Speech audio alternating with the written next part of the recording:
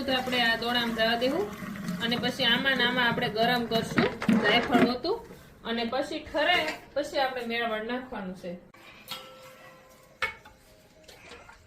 તો આપણે 15-20 મિનિટ થઈ ગઈ છે. દૂધ આપણું ઠરી ગયું છે. હવે એમાં આપણે મેળવણ નાખી દઈશું છાશનો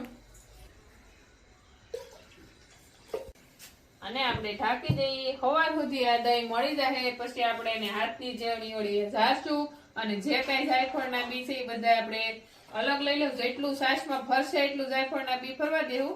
પછી આપણે એને માખણ કાઢતી વખતે અલગ લઈ લેવું અને એ માખણ આપણે ગરમ કરી અને ઘી બનાવશું. તો આપણે આ આખું માટલું ભર્યું એટલે છાશ નહીં ફરે એટલે અડધું આમાં કરી નાખીને અડધું આમાં. મસ્ત જાયફળનો પણ હારે અવાજ આવે છે અને વલોણાનો પણ અવાજ છે.